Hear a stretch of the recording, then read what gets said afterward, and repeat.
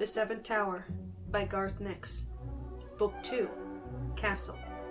Chapter 25. Tao climbed into the coffin and stretched out. It was cold and dark, but surprisingly comfortable. He took the sunstone ring off his finger and held it with the thumb and forefinger of both hands, resting it on his chest. His shadow guard slipped over the side of the coffin and then slid in under him. Tao was surprised for a moment, then he realized that it wanted to go home to Aenir. He had turned 13 3/4, and it was time for Tao to release it and bind a spirit shadow instead. He took a few deep breaths, closed his eyes, and began to mentally recite the way to Aenir. As the words, which he had learned by rote without understanding their meaning, rolled through his mind, red light began to spill out of his sunstone, flowing like water across his chest and down his stomach. Tao could feel the light spreading, but he continued his silent recitation. The red light flowed over his face and over his feet. Then orange light welled out of the sunstone and slowly covered him, swirling through the red. More colors followed till all 7 had flowed out and mingled. Mila watched in fascination as Tao was covered in an iridescent rainbow cocoon that glowed and shimmered. His face could only be glimpsed through the shroud of many colors, but Mila noted that he didn't move at all. Even his chest had seized the rise and fall of breath. "He has gone to Aenir," said Ebbet with satisfaction. He pushed at the statue and the coffin lid slid back. In a second, it was just another chosen tomb, with no sign of the hibernating boy inside.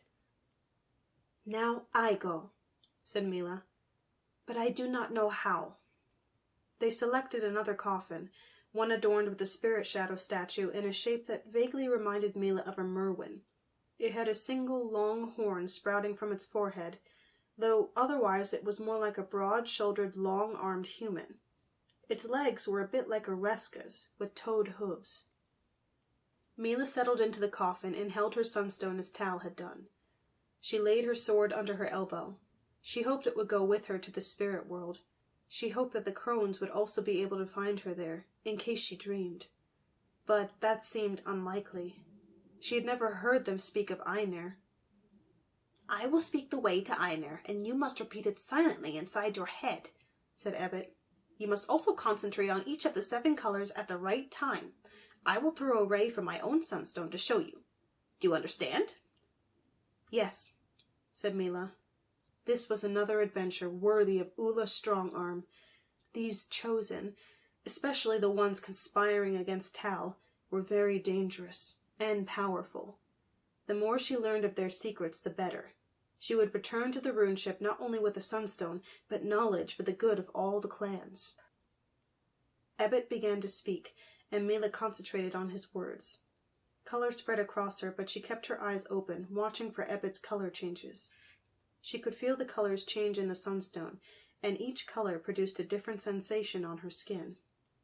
It wasn't at all like going to sleep and falling into a dream, as she thought it might be. As each color passed her eyes, it changed the world a little. Ebbet's face faded, and his spirit shadow. They became patterns, and then blurs of light. Everything became a rainbow, so bright that Mila couldn't help blinking. Then the colors started to separate again, and she saw other patterns. Her skin felt hot and cold at the same time, in different patches.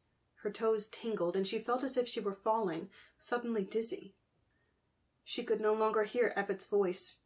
For a moment she felt a stab of fear, as if without his words she might be lost between the 2 worlds. Then the patches of color became sharper and sharper, solidifying into a bright blue band that filled the upper part of her vision. The light dimmed a little, but was still bright. Mila closed her eyes. Sound suddenly hit her, a musical, happy sound, like a bone pipe played in trills. Wind blew across her face. Mila opened her eyes.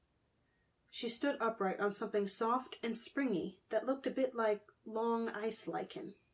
There were tall plants near her, larger than anything she had ever seen. Small, colored animals with wings flew among the plants, making the whistling noises. It was bright. There was a huge light in the sky, a hot, fierce light. Mila started to look up at it, but Tal was suddenly there, shielding her face with his hand. "Don't look," he said. "That's the sun." Mila looked at Tal instead. She recognized him, but he looked different. He was shorter and slighter, and his skin glowed with a soft luster. The sunstone ring on his finger caught the light and surrounded his hand with tiny rainbows. She looked at her own hands and saw that they glowed too, and her fingers seemed longer. "Am I me?" she asked in wonder. "You are what you are here," said Tal.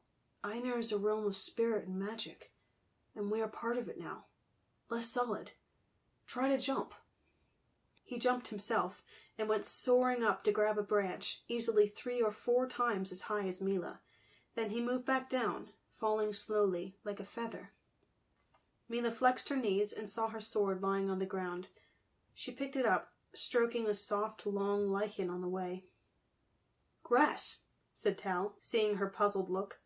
"It's good to lie on in the sun." Mila put the sword through her belt and took a practice leap. That carried her almost into one of the big plants. "Watch out for the trees," laughed Tal.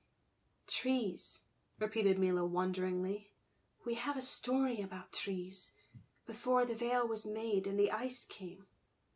I didn't think they were like this." "This is a forest," said Tal. "Lots of trees together." "It is good," said Mila, sniffing the wind. There was no scent of cold stone here. The only troubling thing was the light, but that was just habit. Her eyes must have changed with everything else, because she felt no need to squint.